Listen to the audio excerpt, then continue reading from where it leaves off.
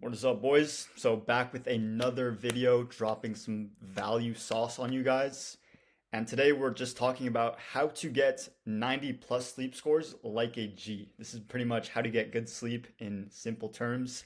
And as you can see here, this is pretty much my highlights of my sleep. I consistently get 90 plus sleep scores on my Garmin. And I even got a 99 once. This was pretty insane. I've never seen this.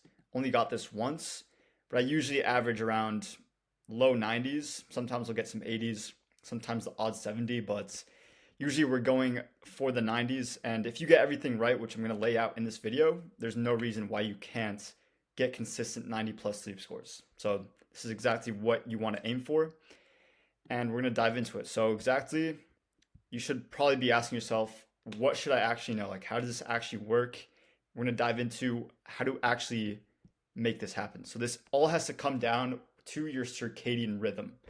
What your circadian rhythm is basically the system in your body that makes you tired at night and then alert and awake during the day. The core of good sleep.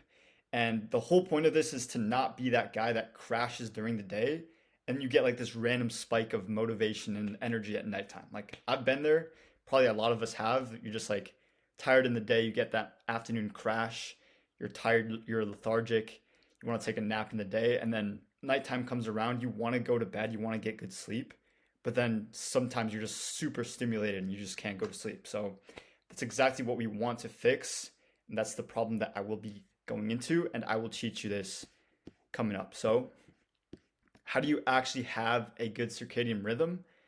And this all comes down to step one is your cortisol control. So you're probably asking, what the fuck is cortisol control? Basically, what cortisol control is spiking your cortisol at the right times in the morning and then making it drop at nighttime. So you want to have your cortisol high in the morning. As you can see in this graph, this explains basically how your circadian rhythm works with cortisol and melatonin, which we'll get into in a little bit. But yeah, you want to spike your cortisol in the morning, as you can see on this black line here. Spikes in the morning as you wake up. This is very normal, very natural. Cortisol is known for being like the stress hormone, which it is true, but it's also something that's going to make you alert and awake, which is very natural to spike right as you wake up. And as you can see here, naturally, it's going to drop during the day. And once you go to bed at nighttime, it's going to be at its lowest point. And yeah, that's how it works. And if you do feel energized at nighttime, that's because your cortisol is actually spiking at nighttime, which it's not supposed to be. That's not the natural way to do it. So then that's what we're going to fix today. So then step two, what's next is, as you can guess, the opposite is melatonin control. So exactly the opposite to cortisol. Makes you sleepy at night. You've probably heard of melatonin. There's a lot of supplements that you can take to supplement for the hormone melatonin. So yeah, the exact opposite, as you can see in this orange line. Super low in the morning. If you have high melatonin, you're just going to feel sleepy. So that's why what we're going to get into, like the actual steps in this video, is going to explain what to do to make this happen. But the natural rhythm of things is to spike it at nighttime, and then cortisol is low. So these work as opposites, makes you sleepy, and then cortisol makes you awake and alert. So that's how the circadian rhythm works. But now you're probably asking, how do I actually control these? Like, what do I actually do to control how to control your circadian rhythm? And I'm going to say, great question. That is a good question. That's exactly what I made this presentation for. So now we're going to get into the actionable things. This is the good part of the video. This is exactly what you came here to learn. And we're going to get into it. So the cortisol melatonin protocol. Phase one is our morning checklist. So this is exactly, basically step by step what you want to do in the morning.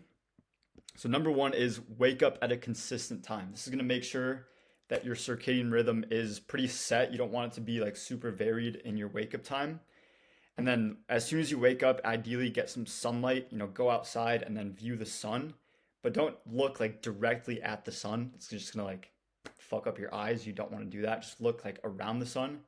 Make sure the sun's like in your visible eyesight, but not looking directly at the sun. So I don't even do this every single day, but ideally you do want to do this if you want to actually fix your circadian rhythm. Right now, mine is at the point where it's pretty good, so I don't have to do this every single day. And then next thing you're gonna do is hydrate. So a lot of people don't do this. This is a really basic human need is to drink water. Most of our bodies, humans functions relies on water and being hydrated. So pretty important to do this first thing in the morning. It's also going to signal to your body that it's time to get going, time to wake up. And also caffeinate. I caffeinate every single morning. Probably one of the best things you can do to get you going, spike the cortisol, develop a caffeine addiction if you need to. It's not saying like OD on caffeine, but just do what you got to do. I do recommend drinking coffee pre-workout. Even a green tea has testosterone benefits as well. So get some caffeine in. And then ideally you want to work out in the morning. So I go to the gym pretty much first thing in the morning. I'll have some protein, some carbs, and then go work out, hit a workout. But then if you're like your schedule doesn't allow you to hit a gym lift in the morning, then still get your heart rate up. This is probably the most important thing you can do here outside of the sunlight. So get your heart rate up, do maybe a little zone 2 run, a walk outside or some jumping jacks, anything to get your heart rate up and signal to your body that it should be alert and ready to go. And it's also going to drive more oxygen inside your blood, which is going to wake up your brain as well. So this is the biggest two things here are get sunlight, spike your heart rate, either go to the gym, do some exercise, whatever, and then hydrate and caffeinate. These are pretty good. Like you should still do these. But yeah, these are the most important right here, these two. So that's the morning checklist, exactly what you want to do as you wake up. And then next up is during the day. So no naps. This is kind of self-explanatory. If you're taking a nap in the day, you're just not going to be tired at nighttime and you're not going to get good sleep scores. You're not going to hit those 90s because you're just not going to be tired and you're not going to want to fall asleep.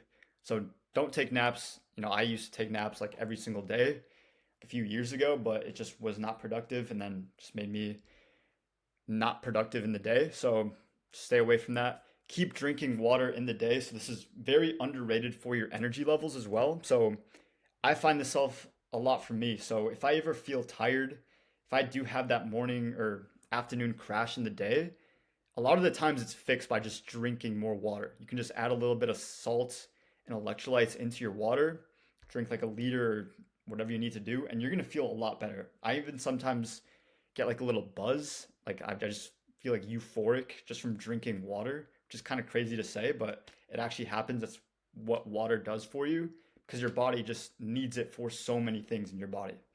So like I said, do add electrolytes, but don't overdo the sodium. I used to drink so much sodium in the day, just leave me like super bloated, like puffy. I just didn't like how it made me look and feel. So I cut down on it. So you don't need to do excessive amounts, but definitely get that in your water so that you are properly hydrating and your cells are actually soaking up that hydration. And then eating slower digesting carbs outside of your workout window. So what slower digesting carbs are good for is to not spike your blood sugar and your insulin so quickly. And that's what leaves you with that crash from your carbs. So eating things such as sweet potato and oats, these are pretty good sources of that slow digesting carb. It's going to leave you with more stable energy levels throughout the day, not give you that crash because your blood sugar is going to spike if you have some fast acting like candy, fruit, white rice, honey. I'm not saying those are bad, but at the right times, they're good, but at the wrong times, they're not as productive. So go for the slower digesting carbs outside of your workout window. If you're going to hit a workout, then definitely do those fast acting carbs. But if not, just stick to sweet potato and oats. They'll get the job done. And also move around during the day. Just don't sit all day. Being sedentary is just bad for you overall. So if you have like a desk job or whatever you do during the day, if you're sitting down for a long period of time, just get up every 30 minutes, go for a little walk, a little stretch of the legs, do what you got to do, but just don't sit all day. And you're going to feel really a lot more energized. And then also have a lot of light around you, preferably sunlight. So if you can open your windows during the day or just be in a bright environment, because melatonin is also released from darkness. So if you're just in a dark room all day, you're going to be spiking melatonin, and that's not what we want to do in the middle of the day. So have sunlight around you. That's the best one. It's just the most natural thing to do, and you're going to be good to go. This is the during the day checklist.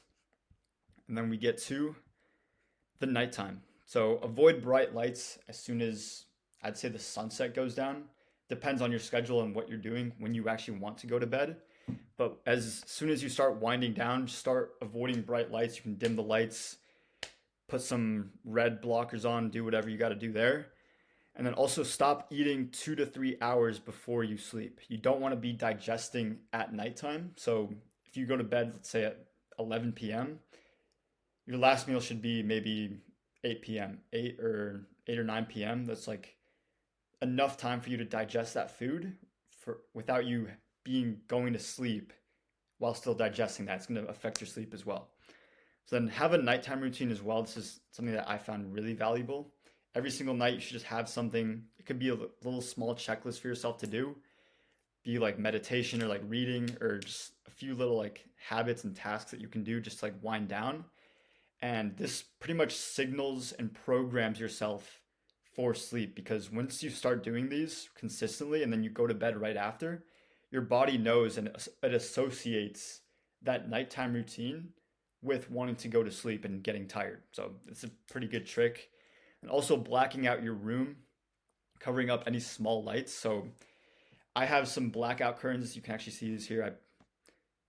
I put them up for this video just to get some light in my room, but those do go down and they black out my whole room. And then also like any chargers or any like lights in your room, like from a screen or monitor or whatever, I put like a little black tape on them just to completely black out the room. I don't want any light in that.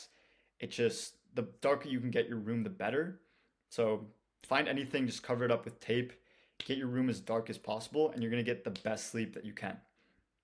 And then last thing here is go to bed only for sleep. So big thing that I used to do was just like get in bed and then just like scroll on my phone or just like watch videos or just do like things on my phone that just wouldn't make me tired. So you should only be going into your bed, like getting under your covers, once you're actually going to close your eyes and try to sleep. You can be on your phone at night, like I do this myself, but I always avoid being like under the covers with my phone. So sometimes I even leave my phone like on the other side of the room, have an alarm on there, so that means I have to get up when it goes off. It's also going to stop me from being on my phone all day and all night. And yeah, little quick tip there. But yeah, that is the whole presentation. Hope you guys enjoyed this. Hope you guys took something out of this. And that's how to get 90 plus sleep scores. Implement these steps and let me know what you guys think.